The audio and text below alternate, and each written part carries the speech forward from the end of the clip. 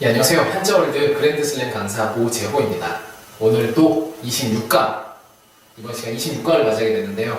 이제 정말 여러분들하고 그 남은 강이 한 강밖에 남지 않았어요. 27강이 끝이죠. 그렇게 해서 얼마 남지 않았는데 정말 여러분들이 계속 그렇게 열심히 따라와 주셔서 저도 진짜 어려운 줄 모르고 그렇게 힘든 줄 모르고 26강까지 그냥 정신없이 달려온 것 같아요. 정말로 다시 한번 감사드립니다. 여러분들이 그렇게 열심히 잘 해주시니까요. 저도 너무 힘나고요. 감사드려요. 26강까지 오게 된 것도 다 여러분들 덕택이라고 저는 생각하고 있습니다. 그게 물론 사실이고요. 그러니까는 여러분들 한 강만, 이제 한 강 더 남았으니까요. 끝까지 정말 그 주의력 잃지 마시고요. 아주 집중하셔서 끝까지 잘 들어주시기 바랍니다. 정말 감사드립니다. 그리고 오늘 26강 시작할게요. 보시면요. 오늘 처음에는 거물현자부터 나옵니다. 거물현, 검다, 블랙, 검다 아시죠?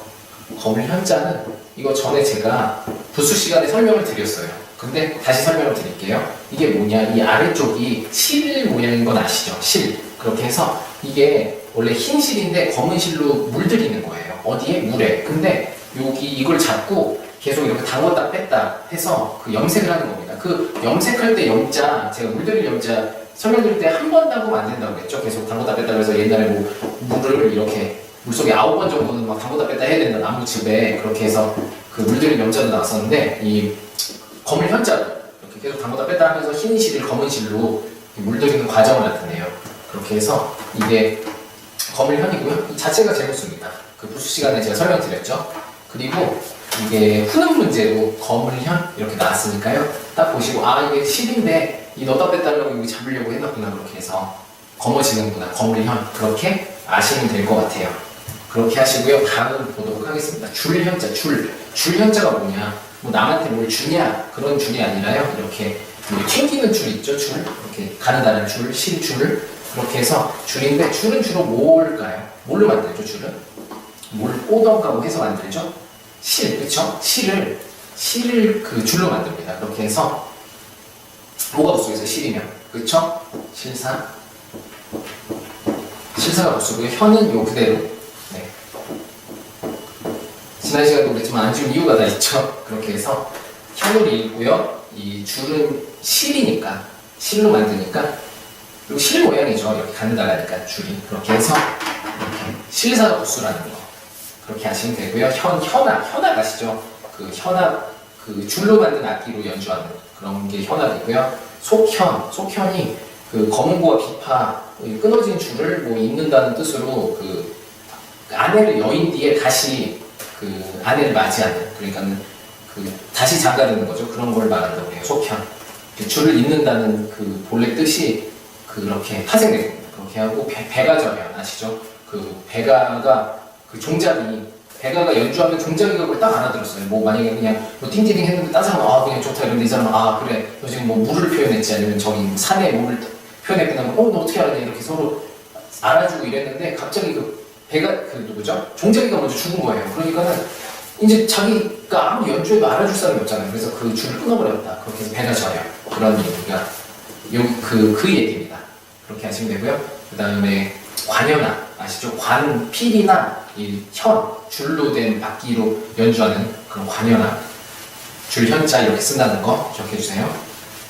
그 다음에 고을현자, 한 마을의 고을이죠. 현을 우리나라는 지금 잘 안 쓰죠. 근데 일본에서는 지금도 현이라고 써요. 그래서 무슨 일본어로 캔이라고 읽어요. 캔. 그래서 뭐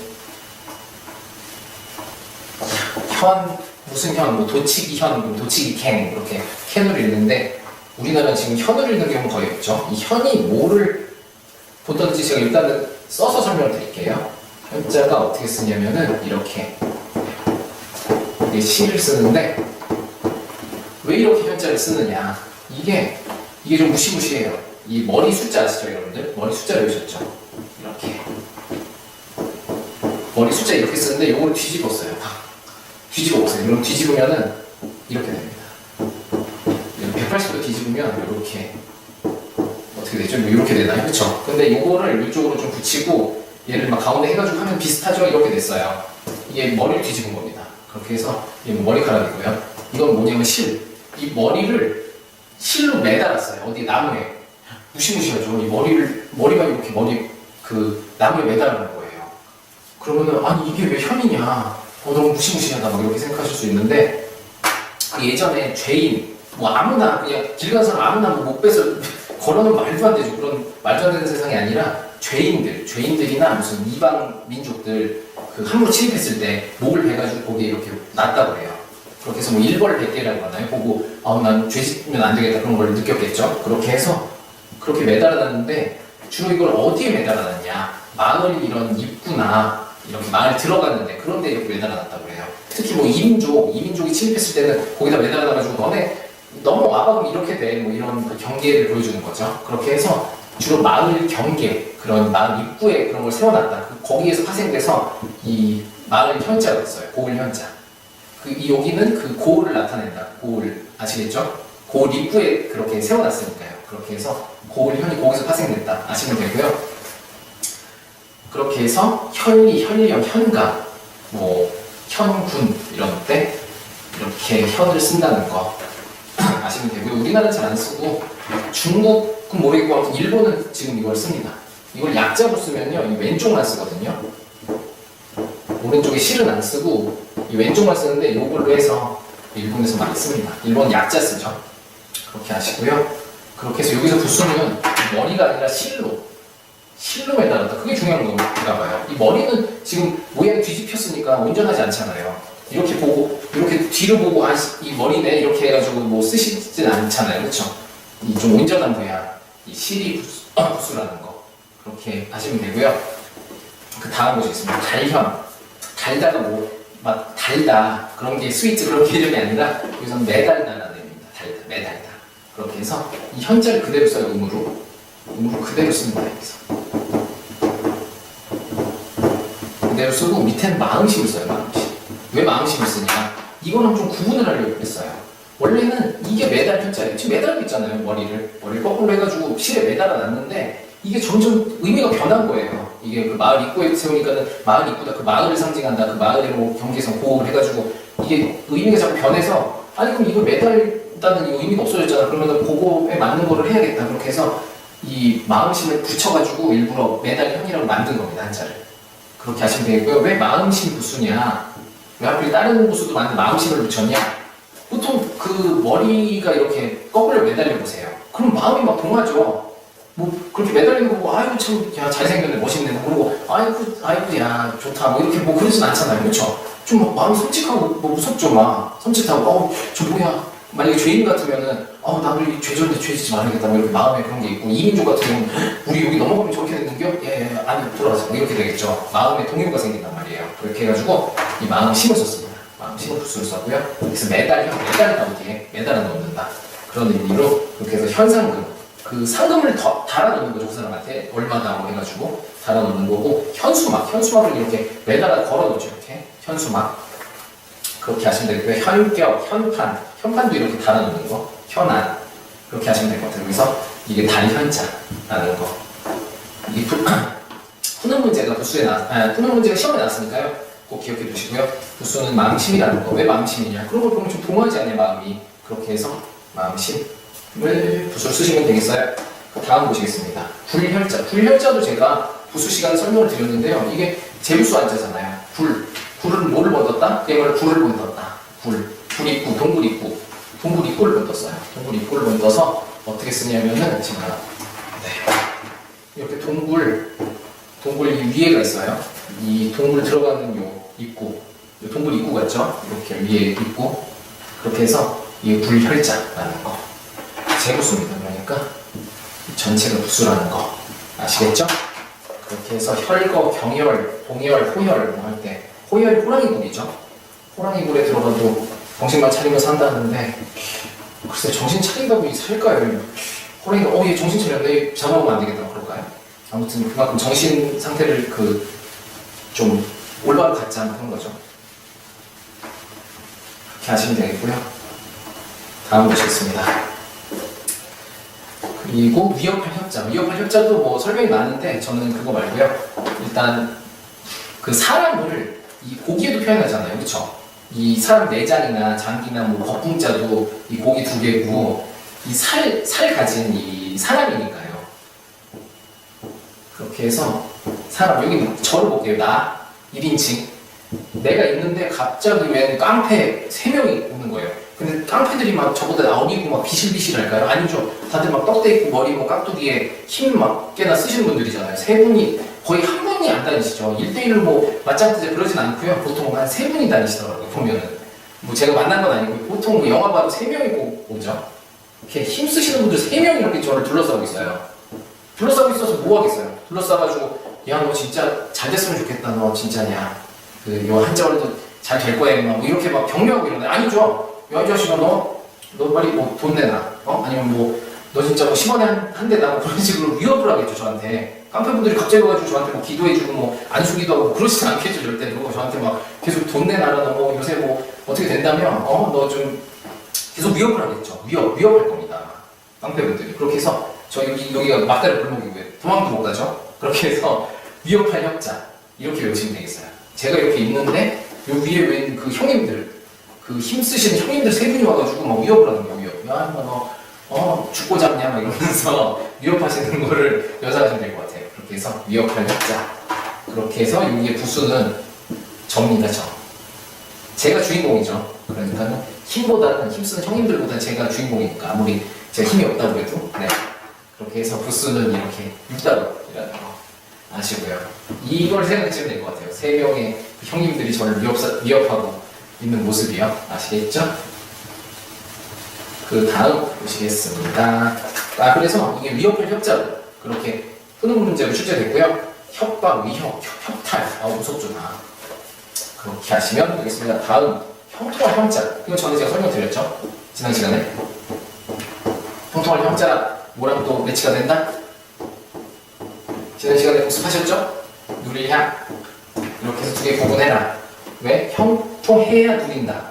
그렇게 해서 구분하시라고 그랬고, 아니면 뭐 향자에서 이렇게 하면은 이게 향자랑 비슷하니까 이렇게 읽어라. 그렇게 좀 어거지로 제가 설명도 해드리고 했는데 형통할 형자인데 형통한다. 뭐 만사 형통 막 그러죠. 그렇게 해서 형통할 형자고 이것도 위에 이게 좀 누각을 나타낸다고 그랬죠. 누각. 그렇게 해서 뭐 성에 좀 높은데 그래서 내려다보면서 이렇게 형통하니까는 이런 경치를 누리고 형통하고. 그럼 형통한 사람이 그럼 누각에서 술 마시고 뭐 그러겠죠. 만상에 형통해야. 만약에 진짜 뭐 바쁘고 막 그런 농부 그런 가난한 사람이 그런 누각 막 겨울에 올라가가지고 막 술을 먹고 이럴까요? 그건 잘 상상이 안 되는데. 아무튼 그래서 형통할 형자 그렇게 하시면 되겠어요. 그렇게 해서 형통할 형이 후능으로 출제됐고요. 형통, 형구, 만사 형통 할 때 이 형통할 형자를 씁니다. 그렇게 하시면 되겠고요. 다음 보시겠습니다. 다음 반딧불 형자예요. 반딧불이 뭐죠? 반딧불이가 곤충이죠. 곤충. 실제 보신 분들 있나요? 저는 전에 본 적이 있어요. 되게 신기하더라고요. 실제로 보니까 되게 신기한데 이게 상당히 깨끗한 데서만 살죠. 반딧불. 예. 상당히 깨끗한 데서 사는데 반딧불이 곤충이다. 곤충이면 부수는 네 26강 네 26강이죠 여러분들. 이 벌레 충자습니다. 그리고 위에는 이 반딧불이 불이 이렇게 반짝반짝 나잖아요. 그렇게 해서 그런 것도 있고 이게 원래 위에 쓰여서 영이나 형 뭐 이렇게 읽거든요. 이렇게 읽어요. 여기 위에가 이게 붙으면 그렇게 해서 여기는 형으로 읽습니다. 형 반딧불 형 이렇게 해서 부수는 뭐겠어요? 이 불일까요? 아니죠? 반딧불이 곤충이죠? 그렇게 해서 이렇게 곤충 충 벌레 충자를 부수로 쓰시면 되겠고요. 이것도 반딧불 형 후능 문제로 나왔으니까요. 딱 보시면 아시겠죠? 그리고 형설지공 아시죠? 예전에 반딧불을 잡아서 책을 읽었다고 그러는데 그게 참 쉽지 않죠. 그리고 형광등도 막 반짝반짝 처음에 하죠. 요새는 그냥 바로 키자마자 바로 들어오는데 예전에는 무슨 초크 뭐라 그러죠? 초크 다마라고 일본 말인데 아무튼 초크 뭐 있어가지고 그거 반짝반짝 하면서 이렇게 불이 들어왔어요. 그렇게 해서 형광등이라는 거. 형광등도 이렇게 쓴다. 그걸 아시고요. 다음에 저울대 형자, 저울대 형은 어떻게 쓰느냐. 이것도 제가 책 찾아봤는데 뭐 진짜 설명 많이 복잡해가지고요. 그냥 제 나름의 또 설명을 드리도록 하겠습니다. 저울대 형이면 행이랑 비슷하죠. 그래서 일단 행을 쓸게요. 이 거리랑은 그렇게 관련은 없고요.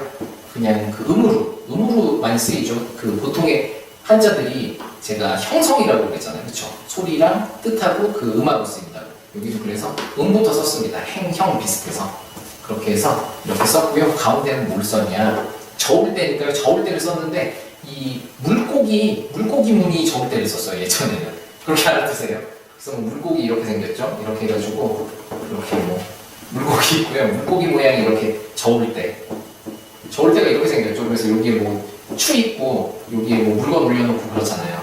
그것처럼 물고기 모양의 이 저울대. 이 저울대 같죠? 이 큰 대자가 이 양쪽에 뭐 물건 올려놓는 그렇게 해서 외우시면 되겠습니다. 물고기 모양의 저울대다. 그렇게 해서 저울대형이다. 그렇게 하시면 되겠고요. 부수는 이 길. 뭐 길에서만 되진 않죠. 보통 쌀 같은 것도 안에 들어가서 뭐 방앗간서 되잖아요. 그러니까 여기는 그냥 음으로 쓰였고요.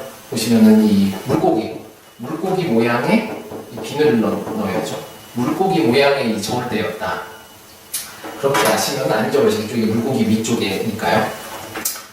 그렇게 아시면 될 것 같아요. 그래서 저울대형이 또 후능 문제로 출제됐고요. 균형을 맞춰야 되죠. 어느 한쪽으로 치우치지 않고, 그 다음 평형, 형평성을 맞춰야 되고요. 그 다음 권형, 도량형이라고 그 이런 무게나 길이 뭐 이런 거를 다 통일하죠. 그 새로운 왕조가 되면 도량형 통일부터 그 해서 그 나라의 기간을 잡고 그러는데 그때도 도량형 할 때 이 형제를 쓴다는 거. 그렇게 아시면 되겠습니다. 아시겠죠? 좀 억질지 모르겠지만 그렇게 상상을 하세요. 그래. 그 길은 뭐 그냥 그 음이니까 쓰고 가운데는 그 물고기 모양의 그 저울대가 딱 놓여 있구나. 그렇게 하시면 금방 오시겠죠? 그래 그렇게 하시고요. 다음 보도록 하겠습니다. 어조사 일자는 또 어조사 설명드리기 힘들죠. 어조사. 그렇게 해서 그냥 이거는 이게 사람 그 머리고 요거는 제가 입 벌리는 모양 랑 비슷하다고 그랬죠. 제가 이거 많이 설명드렸는데 전에 그 불을 빙자도 이게 마치 좀 입 벌리는 모양하고 비슷하다. 그래서 제가 이렇게 해가지고 이렇게 해서 부르고 얘가 듣고 있고 뭐 이랬다고 그런 것처럼 여기도 그 입 벌리는 모양하고 좀 비슷하잖아요. 사람이 그럼 저만의 설명법인데 이것도 그렇게 해서 사람이 말하면서 입 벌리고 말하면서 그 어조사도 만들어지는 그런 거잖아요. 그렇죠? 중간중간에 그렇게 해서 이해하시면 될 것 같아요. 말하는 중간중간에 어조사 그렇게 해서 어조사해 그렇게 외우시면 되겠습니다. 그래서 부수는 요 위에 8, 8이 부수고요. 주로 문장에서 많이 쓰인다는 거. 이걸 넣어서 무슨 문장 그 단어로 뭐 해 뭐 이런 게 아니라 그냥 문장 속에서 어조사로 그 말 고르기 쉽게 중간중간에 넣어줬다는 거. 그렇게 아시면 되겠어요. 이것도 수능 문제로 출제됐습니다. 꼭 기억하시고요. 다음 보도록 하겠습니다. 슬기로운 했죠. 슬기롭다. 슬기롭다는 건 어디가 슬기로운 거죠? 어디가 좋은 거예요? 슬기롭다. 머리가 뛰어난 거죠. 머리가 아주 슬기롭고 지혜로워야 그렇게 슬기롭게 대처하고 행동하잖아요. 그쵸? 그래서 옛날에 있는데 머리 뇌에서 생각했다, 마음에서 생각했다. 네? 그쵸? 마음을 생각했다고 했죠? 그렇게 해서 마음. 뇌가 아니라 마음에서 그렇게 생각하고 행동했다. 그렇게 하고 해자는 위에 이 음이에요. 해. 이게 음입니다. 비해자라고 이게 손이죠. 이 손도 제가 몇 번 설명드렸는데 제가 또 이제 끝에 다가오니까는 간단하게 빨리 설명드릴게요. 이게 손이고요. 이게 손이고 이게 손이고 또 뭐죠? 이 간대가 손이고 이루도 손이고 그렇게 설명드렸습니다. 그리고 이것도 손이고 또 이것도 손이고 또 뭐도 손이죠? 손이 하도 많아서 지금 막 헷갈리는데 한 요 정도 되죠. 이렇게 이것도 손이고 뭐 이 정도만 하겠습니다. 이게 손인데 여기 손으로 이게 뭘 잡고 있냐? 빗자루 그 나뭇가지를 옛날에 이렇게 빗자루를 했죠. 그렇게 해서 이 나뭇가지를 잡고 있어서 빗자루의 그 비, 그래서 비해자인데 음으로 쓰였고요. 이게 그래서 지혜를 했자. 어디가 지혜롭냐? 요새는 머리인데 예전에 머리 뇌로 생각한다고 안 하고 마음으로 생각한다고 했으니까 마음, 심이, 부수라는 거. 아시겠죠? 그렇게 해서 지혜, 그 다음에 해안, 회심. 그럴 때 이 지혜, 슬기로 해자를 씁니다. 아시겠죠? 그렇게 해서 기억하시고요. 다음 이제 호로 넘어가겠습니다. 호는 뭐 제 이름에도 들어가는데요. 여기는 제 이름에 들어가는 호는 없더라고요. 그게 좀 상급 한자인가 봐요. 그렇게 해서 3급에는 제 흑자는 안 들어가는데 안 들어가죠 지금? 네, 역시 안 들어가네요. 그럼 보시겠습니다. 서로, 자, 서로고, 서로 어떻게 하고 있냐. 서로면 보통 2명 이상이 서로죠. 혼자서, 서로 뭐 하자, 이렇게 안 하죠. 둘이서 하니까 둘이서 어떻게 하고 있냐. 손을 이렇게 서로 맞잡고 있어요, 이렇게. 손을 이렇게 한쪽이 내밀고 있고요, 이렇게. 한쪽이 이렇게 잡고 있어요. 그렇게 해서, 이렇게. 이게 서로고. 그래서 부수는 한 명이 서로가 아니라 2명 이상이 서로다. 그렇게 해서, 이 두이가 부수고요. 이 가운데 팔은 아닙니다. 팔은 서로 이렇게 맞잡고 있는 모양. 위에서 본 거죠, 위에서 이렇게 본 모양 서로로 하시면 되겠고요. 보시면 뭐 호야, 호환, 뭐 호환된다 그러죠. 서로 호환, 서로 교환되는 게. 그리고 호의 평등 뭐 그러고 상호 많이 쓰죠. 상호작용한다. 그때 이 호자를 쓰고요. 호각지세. 서로 아주 그냥 뿔을 세우고 서로 막 공격하려고 그런 자세죠. 이렇게 하시면 되고요. 어조사 호자. 어조사 또 나오네요. 어조사. 이것도 진짜 설명드리기 힘들어가지고 그냥 나온 대로 제가 읽어드리면요. 이게 목소리가 올라가는 형상이래요. 요게 요 삐친 별이 부수거든요. 요게 목소리가 이렇게 올라가는 거, 목소리가 해서 올라가는 거고요. 요건 뭐냐. 요게 지금 목소리를 길게 뽑아서 뜻을 다한다는 거. 그런 말이래요. 목소리를 다 뽑아서 뜻을 다한다. 그런 말이라서 이게 그 말이다. 그래서 어조사호라고 하는데요. 이거는 진짜 설명드리기가 어떻게 설명드려야 될지 모르겠어요. 혹시 여러분들 중에 이 어조사호 그렇게 설명하시면 안 되죠, 선생님. 이거는요, 이렇게 하면 쉽잖아요. 그런 게 있으면 그 제안합니다나 그 게시판 그런 데 좀 알려주세요. 그러면 제가 다음 뭐 강의 시간이나 아니면 책에 그 본인 성함을 달아드리고 그런 설명법을 써드릴게요.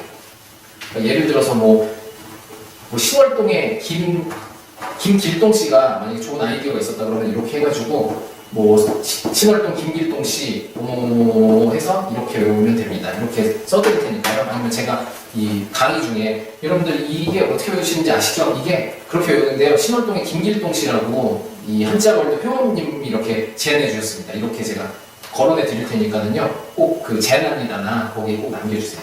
그렇게 해서 같이 우리 공부해요. 저도 뭐 다 하는 거 아니잖아요.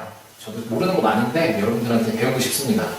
제 고수분들도 많으실 텐데. 그리고 한자를 저희가 그 자격증 위주로 공부하는 거지 한자 학을 공부하는 게 아니죠, 저희.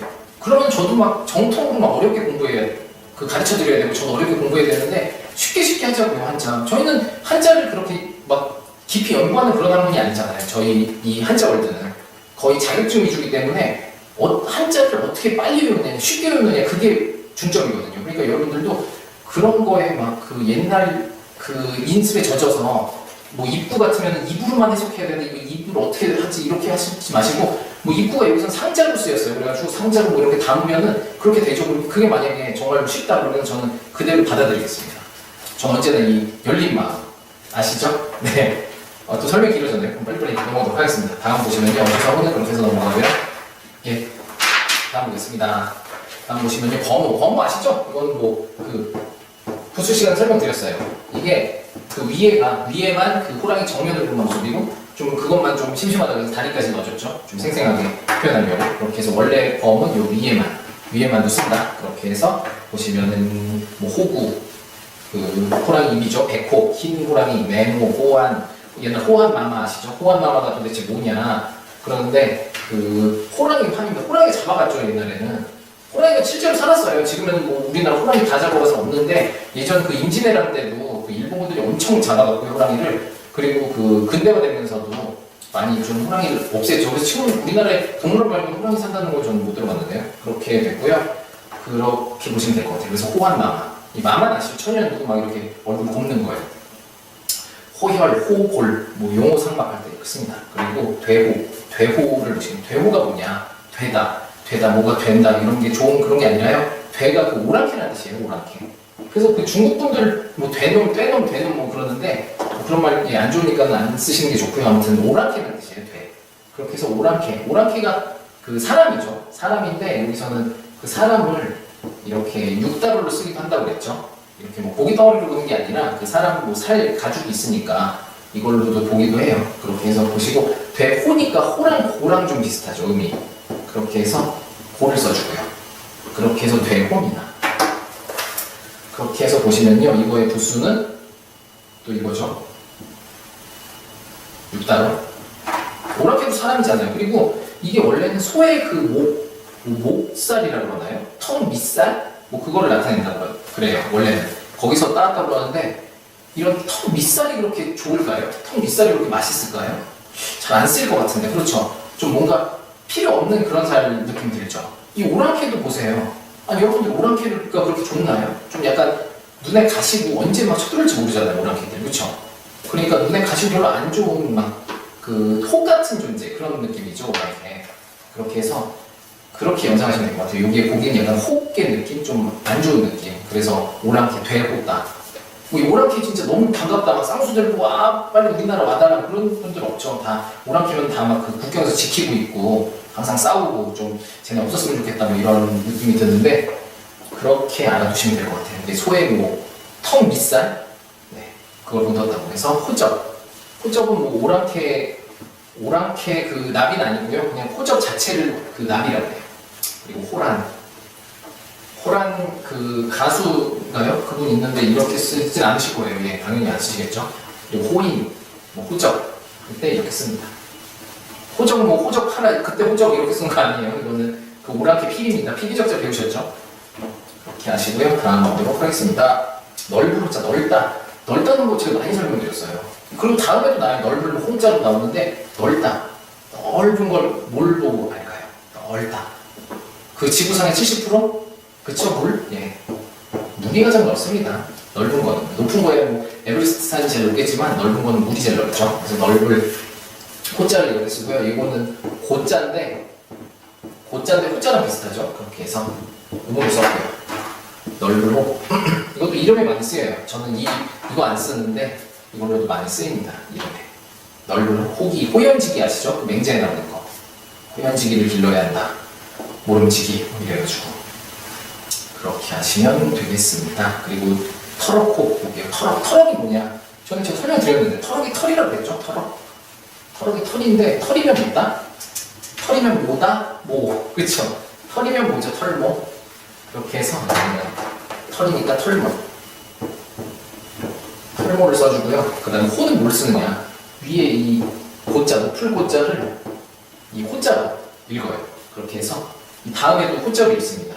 호골 호자 나오는데 이게 호로도 읽고 요게 좀 히읗하고 비슷하잖아요. 우리나라 히읗하고 요 네모 요거 비슷하죠. 그렇게 해서 좀 히읗으로 읽는 경우가 좀 많아요. 은근히 제 호자도 저 오재영 할 때 호자도 이 높을 고자를 쓰는데 요 세금의 높을 건데 여기도 호잖아요. 그쵸?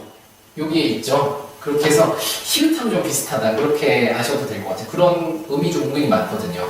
뭐 다 그런 건 아니고요. 이거 자체는 높을 고자죠. 다 그런 건 아니고 이게 어디에 붙여 쓰였다 그러면은 좀 히읗으로 많이 읽는 경우가 있다는 거를 좀 그냥 참고로 아세요. 그래서 여기는 호, 털었고 털이니까.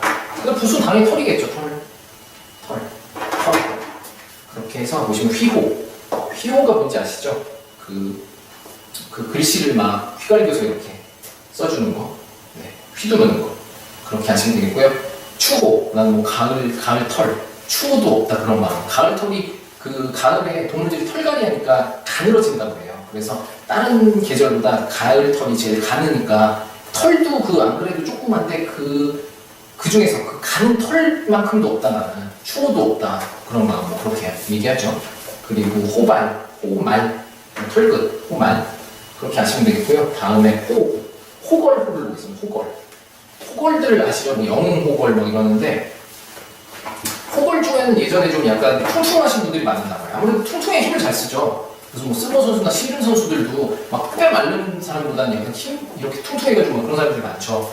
예전 그 영웅 호걸들도 그런 사람들이 많았나 봐요. 좀 퉁퉁해서 힘쓰고 막 이런 사람들이 많았는데 그래서 좀 이 퉁퉁하니까 뭐가 연상되세요? 퉁퉁하면 그 동물 돼지 연상되세요? 돼지 퉁퉁하죠. 그렇게 해서 돼지 씨를 쓰고요. 요 위에는 요 호자. 아니 호자는 아니죠. 그런데 호로 읽는다고 했습니다. 그렇게 해서 좀 약간 영웅 호걸들이 좀 퉁퉁하고 돼지같이 생긴 분들이 많다. 그렇게 해서 돼지 씨를 붓으로 썼습니다. 그래서 호걸. 영웅 호걸. 그렇게 해서 호걸 이렇게 쓰실 수 있어야 되고요. 문호 아시죠? 뭐 대문호, 뭐 톨스토이 뭐 그럴 때 그리고 토호, 강호, 호화, 부호 할 때도 이 호자를 씁니다. 호걸호 알아두시고요. 다음 보시겠습니다. 미혹하다, 미혹할 호, 미혹하다. 미혹한다는 거는 위에 그 호국자를 아셔야 돼요. 이거를 아셔야 그 위에 그 음으로 쓰인다는 걸 아시고요. 미혹한다는 게 사람이 어디가 미혹하죠? 어디로? 어디가 미혹된다고 그러죠? 마음이 미혹되죠. 미혹돼서 막 혼란하고 그렇게 되는데, 그렇게 해서 여기서는 그 마음이 붙습니다. 마음이 미혹된다. 그렇죠? 마음이 미혹되는데, 그렇게 해서 그러고 그 위에 혹자로 읽는다. 이 나라국자 안에 쓰이는 거죠. 이게 호국자인데, 이 혹 말고요. 혹은 뭐 할 때 그 혹자입니다. 그렇게 해서 이 음으로 쓰였고요. 미혹할 혹. 그렇게 해서 보시면요. 미혹, 뭐 유혹, 미혹이 막 정신 못 차리는 거죠. 어디 끌려가지고. 그렇게 해서 유혹도 막 어디 깨서 정신 못 차리고 막 끌려가는 거. 정신인데 옛날에 마음이라고 했으니까 마음이고요. 이 마음이 부수라고 했죠. 그리고 고독, 의혹, 혹세, 당혹스럽다. 당혹할 때 그때도 혹자를 쓴다는 거 아시겠죠? 다음 보시겠습니다. 어두울 혼자, 어둡다. 어둡다. 뭐가 어둡냐? 뭐가 어둡냐 대체? 어두우려면 어떻게 해야 돼요, 여러분들? 어두우려면 빛을 가려야 되죠. 빛을 가려야 어둡잖아요. 빛을 가려야지만 무조건 어둡게 할 수는 있나요? 빛을 가려야죠. 그래서 여기 빛을 가렸어요. 빛 하면은 제일 센 빛이 옛날에 태양빛이죠. 그렇게 해서 태양이 있고 태양을 가려버렸어요. 뭘로? 이 C로 가렸습니다. C로. 근데 이게 그 막는다는, 가린다는 의미로 나타낸다고 했어요. 어디서? 막을 젖자 시간에 제가 이게 막을 젖자잖아요. 그래서 막을 땐 손으로 막으라 그러면서 이렇게 설명을 드렸는데, 여기에도 좀 막는다는 그 뜻이 있다. 뒤에 배운다. 제가 그때 넌지시 그렇게 암시를 드렸습니다. 한번 돌려서 보셔도 돼요. 그렇게 해서 막는다는 의미가 있는데, 이게 바로 여기입니다. 해를 막았으니까 어둡잖아요. 그렇죠? 해를 막았으니까. 그래서 뭐 시의 의미가 아니고요. 이렇게 막는다는 의미. 그렇게 해서 해를 막으니까 어둡다. 그래서 어두울 혼. 그렇게 하시면 되겠습니다. 이렇게 해서 혼수. 뭐 혼수 상태에 빠졌다고 그러죠. 이렇게 어두운 상태. 그리고 혼미, 막 정신이 혼미하죠. 막. 그리고 혼절, 황혼, 혼정신성. 혼정신성은 전에 설명드렸죠. 그 새벽이나 밤에 그 부모님의 그 자리를 살피는 거. 그렇게 해서 이 막을 젖자랑 같이 알아두시면 될 것 같아요. 어두운 혼자. 그렇게 해서 부수는 당연히 이 해일이겠죠. 해를 가리니까요. 해를 가리니까 날이 일이 부수라는 거. 그렇게 하시면 되겠습니다. 그렇게 하시면 되겠고요. 다음 넉 혼자 오시면 넉. 사람의 넉이 뭐냐? 넉 혼자. 제가 그 넉 혼자 설명드리기 전에 그 구름 문자랑 이를 운자 할 때 이 운자 이게 뭐라고 그랬어요? 이 느낌이 좀 막 뭔가 막 뭉게뭉게하고 이런 두리뭉실하고 뭐 그런 개념이라고 그랬죠. 막 이렇게 좀 뭐라고 그러죠? 일정 형태가 없이 이렇게 뭐 그 뭉게뭉게한다고 그러나요? 뭐 뭉실뭉실한 거 그런 개념이라고 제가 설명을 드려서 이 말도 말 나가는 게 보이진 않지만 이렇게 뭐 뭉실뭉실해서 들리고 그렇게 구름도 이렇게 뭉실뭉실하죠. 뭉게뭉게 피어있다 이렇게 그런 것처럼 이 혼도 뭐 이렇게 정확히 딱 정형돼 있나요? 딱 해가지고 아니 혼이 여기 있네 막 이렇게 만지고 막 그런 게 아니죠. 이렇게 영혼 막 이 끝에도 막 보통 막 이렇게 막 돼 있죠. 무슨 그 뭐죠? 램프의 요정 같은 거 보면은 그런 것처럼 막 혼도 막 이렇게 돼 있는데 뭐 뭉실뭉실하고 이런 그런 걸로 연상하면 될 것 같아요. 그렇게 해서 여기 이걸로 쓰였고요. 혼이면 아무래도 귀신이잖아요, 그렇죠? 살아있는 사람이 막 혼으로 되는 경우는 없죠. 뭐 멍하게 혼이 나갔다고 막 그렇게 표현하기도 하는데 기본적으로 귀신입니다. 귀신 혼은 그렇죠. 돌아가신 분들의 그 혼 넣고 뭐 그러는데 그렇게 해서 귀신을 썼고요. 여기는 혼이 그런 의미라는 거. 부수는 귀신입니다. 귀신. 아시겠죠? 이거의 부수는 이 두이죠. 그러니까는 이거를 아예 부수로 생각하실 수도 있는데 이건 부수가 아니고요. 이거 자체도 두 이자니까 부수가 아니고 여기 귀신 귀자가. 혼은 아니고 귀신이니까. 그렇게 해서 귀신 귀가 부수라는 거 아시고요. 투혼 많이 아시죠? 막 투혼을 불살려고 하는 거. 싸울 때. 그 스포츠 경기 같은 거 끝까지 투쟁하려는 그런 기백이죠. 투혼. 혼기, 초혼, 영혼, 훈력, 영혼, 뭐 사랑과 영혼 하시죠. 그때 이 혼자를 쓰고요. 다음 보시겠습니다. 큰 혼자, 크다. 뭐가 크냐? 뭐가 크냐, 뭐가 커? 여기서는 그 활이 크냐? 활이 뭐 클 수도 있죠. 그런데 활이 크다 그러면 그 동의적 할 때 입자랑 좀 헷갈리시죠, 그렇죠? 그러니까 설명드릴 때 활이 크다 그래서 뭐 동의적 이렇게 설명드렸는데 그게 아니라 뭐 사람이 이렇게 활 띄고 있다 제가 그때 그렇게 설명드렸습니다. 근데 여기서는 이 활이 큰 게 아니라 이렇게 표현이 아니라 이 활은 있고요. 오른쪽에 이 마늘을 썼습니다. 그래서 뭐 마늘로 쐈냐 아니면 뭐 마늘이 크냐 이게 그런 의미가 아니라요. 이게 여러분들 아실지 모르겠지만 굉자라고 있어요. 여기 굉장히 커 막 이러죠. 그럴 때 굉자가 이게 크다는 의미입니다. 클 굉자. 클 굉자인데 여기서 이 마늘을 따온 거예요. 줄인 겁니다. 이걸 좀 약화시켜서. 다 쓰기 너무 크니까는 요즘에 마늘로만 따와서 크다는 의미의 이 굉자를 따왔습니다. 그렇게 해서 클 홍자라는 거. 여기 부수는 이거고요. 아무래도 마늘보다는 이 활이 크겠죠. 활이 마늘만 하면 뭐 이렇게 쏴서 뭐 개미 죽이겠죠. 개미도 잘 안 죽겠네. 아무튼 그래가지고 이 활이 부수라는 거. 활궁자 아시겠죠? 그렇게 해서 보시면요. 홍익인간 아시죠? 그 단군의 그 건국 인형 홍익. 뭐 홍익대학교도 그렇고요. 그리고 홍보 활동 널리 알려야 되죠. 그냥 뭐 야 이거 너만 알고 있어. 뭐 그렇게 하면은 뭐 진짜 다 망하겠죠. 홍보부가 있을 이유도 없고요. 널리 알려야 되니까 홍보. 이 사업의 성패는 홍보라고 그러죠. 많이 알려야 되니까 널리 알려야 돼서 크롱자 쓴다는 거 아시고요. 이 이자도 이때 또 다시 복습하세요. 이 오랑캐 이자 동의적 할 때 쓰죠. 그렇게 하시면 되겠고요. 다음 넓은자. 아까 넓다는 의미 쓰셨죠? 넓은 소자. 그때 뭐가 넓다고 했어요? 바다면 부수는 삼수변. 그렇습니다. 그리고 홍자는 이 공자를 음으로 썼어요. 그렇게 해서 부수는 이렇게 삼수변이고요. 보통 홍씨 있으신 분 있잖아요. 홍길동, 뭐 홍모모 할 때 이 홍자가 이게 시입니다. 성씨로 쓰여요. 이렇게 해서 아시면 되겠고요. 넓은 홍자, 홍범, 홍량, 홍복 할 때 이렇게 쓴다는 거 아시고요. 그 다음 보시도록 하시겠습니다. 기러기 홍자, 기러기 전에 나왔었는데 기억하시나요? 기러기 전에 나왔습니다. 기억하셔야 됩니다. 기러기가 금실이 좋다. 그래서 어디 저기 안에 둘이 있다. 응? 여기 이렇게 해서 기러기 안자라고 제가 설명드렸습니다. 이 기러기가 두 마리 있는 게 마치 이렇게 있으면 이렇게 하나 더 그린 그림 같이 했다. 뭐 그렇게 제가 설명드렸어요. 기러기 안자인데 여기는 기러기 홍자예요. 기러기 홍. 이 기러기보다 좀 큰 의미입니다. 큰 새. 같은 기러기라도 이거보다 약간 큰 기러기. 제가 설명드렸죠. 세추보다 이 세조가 더 크기가 크다고 그랬잖아요. 크기가 크다고 그랬잖아요. 그쵸? 그것처럼 여기도 이 같은 기러기라도 더 좀 큰 기러기예요. 그렇게 해서 여기 세추를 썼으니까 뭘 쓰겠죠? 좀 큰 거?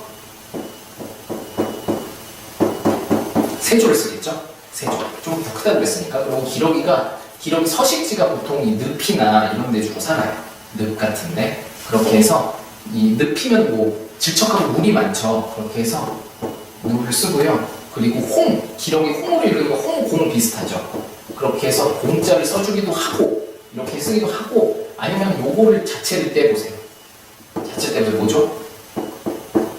강이죠. 강에도 많이 삽니다. 기러기가 실제로요. 그렇게 해서 강어로도 아셔도 돼요. 근데 부수는 뭐라는 거? 부수는 바로 새라는 거. 새. 기러기가 새죠. 물이 아니죠. 물에서 산다고 이거를 서식지가 중요하진 않잖아요. 지금은 기러기를 나타내는 거니까 새조가 부수라는 거. 그걸 꼭 알아주시기 바랍니다. 그래서 기러기 홍 나오시면 쓸 수 있어야 돼요. 홍한 홍목 할 때 나오는 거 아시고요. 이제 다음 넘어가도록 하겠습니다. 벼화는 제가 또 부수 시간에 설명을 드렸죠. 그러니까 부수를 진짜 아셔야 돼요, 여러분들. 그리고 부수 강의를 진짜 한 번만 들으시지 말고요. 두세 번 들어주셔야 지금 제가 이 진도 나갈 때 팍팍 하실 수가 있습니다. 그리고 이 진도뿐만 아니라 여러분들 한자 공부하실 때 부수만 아신다면 뭐 거의 한자 절반은 아시는 거니까요. 왜냐면 한자 대부분 절반이 다 부수로 되어 있잖아요. 그쵸? 그러니까 부수의 중요성은 진짜 아무리 강조해도 지나침이 없다. 그렇게 말씀드리고 싶네요. 네, 감히. 그리고 다음 보도록 하겠습니다. 벼화. 벼화가 뭐냐? 벼가 이렇게 나무같이 생겼죠? 이렇게 벼가 이렇게 됐는데 이 끝에 벼가 익을수록 어떻게 한다? 벼는 익을수록 고개를 어떻게? 고개를 막 일어나요? 해바라기도 아니고 숙이죠? 벼가 이렇게 고개를 숙이고 있는 모양. 숙이고 이렇게 자라나는 모양을 표현한 겁니다. 벼화자 이렇게 해서 이렇게. 벼화의 부수는 뭐죠? 벼화의 부수는 제부수죠? 제부수. 벼화. 그렇게 하시고요. 다음 그렇게 해서 이거는 그 훈훈 문제로 나왔으니까 딱 보시면 벼화인지 알겠죠? 고개 숙이고 있으니까 그렇게 하시고요. 화곡, 만화, 화묘 뭐 이렇게 씁니다. 화곡이라고 해서 그 뭐 화곡 오엄선 화곡역 아시죠? 그래서 화곡도 이렇게 쓰나 그러는데 그 화곡은 이 화곡이 아니고요. 벼화자인데요. 곡자가 이 골곡자 씁니다. 골곡자. 제가 어떻게 하냐고요? 화곡역 근처에 살거든요. 그래서 전 아는데 이 곡자를 쓴다는 거. 그냥 참고로 알아두세요. 그렇게 하시고요. 다음 문제 있습니다. 재앙 화자, 재앙. 재앙이 뭐죠? 재앙이 누가 내려요? 사람이 내리나요, 재앙을? 자, 사람이 인재는 별로 없죠. 주로 천재, 하늘이 내리는 게 제일 무섭죠. 신이 내리고 귀신이 내리고 신이 내리는 게 제일 무서운데 그래가지고 그 재앙 피하려고 막 굿도 하고 무당도 부르고 막 이러는 거잖아요. 그렇죠? 그래서 이 화도 신이 내린다. 신. 그렇게 해서 신과 관련된 부수가 뭐가 있죠? 보일시 했습니다. 그렇게 하고 화자는 이 오른쪽에 이거를 짠 이렇게 써요. 그렇게 해서 이거를 와자인데 화를 씁니다. 그래서 이 부수는 보일시 신하고 관계되어 있습니다. 그렇게 하시면 되겠고요. 암화, 화보, 화근, 사화, 길흉화보 다 이거 안 좋은 거죠. 재앙이니까 재앙이 좋을 수가 있나요? 그렇게 해서 재앙화라는 거 이것도 알아두시고요. 다음 보시겠습니다. 넓힐화, 넓힌다. 여러분 뭘로 넓히세요?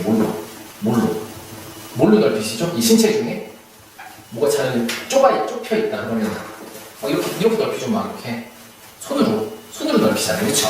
손으로 막 넓히니까 그렇게 해서 부수는 손으로 넓힙니다. 그리고 넓힐 확이라고 했죠. 확이니까 황이랑 비슷하죠. 확이 아니라 확이랑 광이랑 비슷하죠. 그렇게 해서 이 광자고요. 이 광자가 또 무슨 광자냐? 넓은 광자잖아요. 그렇게 뜻으로 외우셔도 될 것 같아요. 그래서 이렇게 넓히면 넓어지잖아요. 손으로 넓히면 넓으라고 넓히는 거죠. 막 좁아지라고 넓히나요? 그건 아니고. 그러니까 그 뜻을 외우셔야 될 것 같아요. 손으로 넓게 한다. 넓을 광자니까요. 그렇게 해서 넓힐 확이라는 거. 확장한다는 걸 쓰죠. 손을 넓혀라. 아시면 되겠고요. 보시면은 그래서 확산, 확장 이거는 기출됐고요. 확대, 확충, 확성기 이럴 때 이 소리를 넓혀서 크게 하는 그 기계죠. 확성기. 그렇게 아시면 되겠고요. 다음 거둘 확자를 보시겠습니다. 거둔다. 여러분 거둘 때 뭐를 거두시죠? 보통 이런 말 하는 뿌린 대로 거둔다. 뿌린 대로 거둔다. 뭘 뿌리죠? 씨를 뿌리죠. 씨를 뿌리면은 나중에 곡식으로 거두는 거죠. 씨를 뿌려서 씨를 막 이렇게 거두나요? 씨를 주워서? 그러면 그 장사 아니 농사 망한 거죠. 장사가 아니라 농사가 좀 망한 건데 이렇게 곡식해서 이걸 거두어야죠. 뿌린 대로 거둔다 그렇게 하는데 주로 곡식을 거둔다. 곡식. 여기서 곡식은 주로 옛날에 뭘 많이 했죠? 무슨 농사? 벼농사, 그쵸? 그래서 벼를 많이 거뒀어요. 벼를 많이 거뒀고 오른쪽에는 이게 확자의 의미인데 확자 음으로 써요. 이게 얻을 획자인데 얻을 획 근데 화으로 읽기도 하고 보시면요. 부수는 이겁니다. 부수는 이 벼를 얻으니까 벼 화자고요. 지금 이 새를 얻고 있죠. 또 이 가려져 있는 막 새가 여기 숨어 있어요. 새가 풀 덮고 숨어 있는데 발견해가지고 그냥 손으로 싹 또 얻는 거예요. 그렇게 해서 여기 얻을 획자라는 거. 거둘 확. 얻을 획자가 뒤에 있어요. 그래서 지금 헷갈렸는데 여기서는 거둘 확. 뭘 거두냐? 벼를 거둔다. 이 곡식을 거둔다 그러죠. 그래서 거둘 확자라는 거. 저도 막 헷갈리네요. 이 획자가 또 뒤에 나와요. 제가 그 획자 나올 때 그때 다시 설명드릴게요. 그렇게 해서 거둘 확 하시면 되겠고요. 수확한다 아시죠? 그리고 주로 가을에 수확한다 추확이라고 하고요. 벼를 거두니까. 그리고 오른쪽은 여기 또 그 사냥감을 잡죠. 사냥감을 거두어 드린다고 하나요? 그건 아니고 여기서 그냥 이 사냥감도 잡으니까 뭐 같이 거둬드린다고 그냥 네 아시면 될 것 같고요. 다음 둥글환. 둥글환도 이게 제가 부수시간 설명을 드렸어요. 이게 뭐냐, 이게 화살인데 이 활이고 화살인데 화살 끝에 이렇게 좀 동그래가지고 동그란 이런 뭐 타만 같은 걸 박은 그런 화살이래요. 화살이 이렇게 있으면은 그렇게 해서 요 타만 여기 이 부분, 이 부분 어떠냐, 너 둥글지? 그렇게 해서 둥글 요 부분, 그래서 둥글환이 됐다는 거. 그렇게 하시면 되겠고요. 이거는 점이 부수라는 거. 제가 점도 부수인가요? 점도 부수죠? 뭐 그렇게 설명드렸죠. 그래서 점이 부수라는 거 아시고요. 둥글환, 이거 보시면 둥글환 이렇게 훈육 문제로 출제됐으니까 쓰실 수 있어야 되고요. 탐화, 환야, 청심환 할 때 이 환자를 씁니다. 그렇게 아시고요. 이제 부자밖에 안 남았어요. 부자밖에 안 남았어요. 이제 여러분들 아쉽죠? 아쉽죠? 맨날 근데 저만 그렇게 아쉬워하는 것 같아요. 저 삐져요 진짜. 농담이고요. 다음 보도록 하겠습니다. 바꿀 환자 뭘로 바꾸냐, 사람이 바꿀 때 이 손으로 바꾸죠. 맡길 때도 손으로 맡기고 바꿀 때도 이렇게 손으로 바꾸지 뭐 다른 걸로 바꿀 수가 있나요? 바꾸기 힘들죠. 이렇게 손으로 바꾸니까 손수가 붙습니다. 손으로 바꿔라. 손으로 바꾸고 환자는 이걸 환자로 읽어요. 뭐 뒤에 보면은 여기 말고요. 그 이 글이나 뭐 보면은 뭐 입구자 써서 불 환자도 있는데 환자로 주로 읽습니다. 왼쪽에. 그렇게 하시면 되고요. 뭘로 바꾸냐? 손으로 바꿔라. 손으로 바꿔. 그래가지고 보시면요, 호환 서로 바꾸는 거죠. 서로 숫자 방금 배우시는 거. 그리고 체환, 이게 바꿀 체자라고 했죠 전에. 발견돼서 둘이서 바꿔라 그런 거. 그리고 환전, 외환 아시죠? 서로 그 외환을 바꾸는 거예요. 환승 많이 환승 할인 요새 잘 되죠. 그때도 환자. 그리고 그 환승역 같은데 보시면은 환승해가지고 뭐 트랜스퍼 써 있고 한자 미환자 써 있어요. 잘 보세요. 환승해가지고 승자도 요 승자, 탈승자 갈아타는 거죠. 그래서 이거 써 있으니까 지하철역 같은 데서 유심히 가보세요. 그리고 환절기, 계절이 바뀌는 거죠. 교환 바꾸는 거. 그래서 바꿀 환자라는 거. 이거는 일상생활에서 많이 쓰니까요. 꼭 알아두시고요. 또 훈육 문제로 출제됐으니까 딱 보시고 바로 바꿀 환자라는 거 아실 수 있어야 됩니다. 그리고 다음 보실게요. 다음 이제 마지막 돌아올 환자인데요. 돌아온다, 돌아간다, 뭐 가다, 움직임, 거리 뭐라고 그랬죠? 돌아온다, 돌아간다는 거 해서 가고 오고 움직임, 거리, 그쵸? 책받침이라고 했습니다. 거기에 환자는 이걸 환자로 읽어요. 그 위에도 보시면 고리 환자에 이거 쓰죠? 이 환으로 읽어요. 그렇게 해서 이게 뭐 놀라서 본다는 의미인데 이게 눈이죠. 그래서 놀라서 보는 건데 그게 아니라 그래서 환자로 읽어서 돌아올 환, 돌아온다. 이 움직임, 간다 뭐 그런 걸 나타낸다고 그랬죠? 그래서 돌아올 환 아시면 되겠고요. 보시면 귀환, 탈환, 환갑, 환급, 송환, 반환, 환불 주로 이렇게 돌이키는 거죠. 뭐 환불도 냈다가 다시 오는 거, 돌아오는 의미. 그렇게 아시면 되겠습니다. 그렇게 해서 26강 또 오늘 마무리 짓고요. 다음 27강 이제 마지막 강이죠. 마지막 강 27강에서 또 다시 찾아뵙도록 하겠습니다. 그럼 오늘 정말 수고 많이 하셨고요. 27강에서 다시 찾아뵙겠습니다. 수고하셨습니다.